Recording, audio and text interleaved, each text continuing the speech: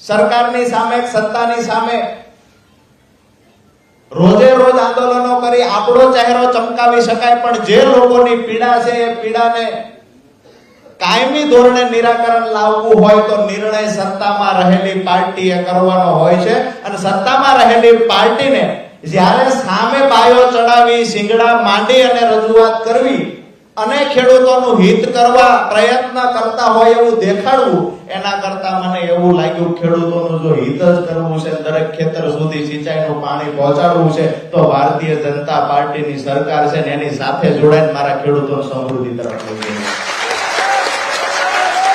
આવનાર દિવસોની અંદર જે લોકો પણ આજે જે પાર્ટીમાં હું હતો, આજે દુઃખ સાથે કહેવું પડે છે કે મેં 5 વર્ષ મફતમાં હાથીપણું કર્યું. અમારા ખેડૂતોની ભાષામાં કહીએ તો બદલામાં જે મળ્યું છે એ પણ ગુજરાતના ખેડૂતોએ જોયું છે.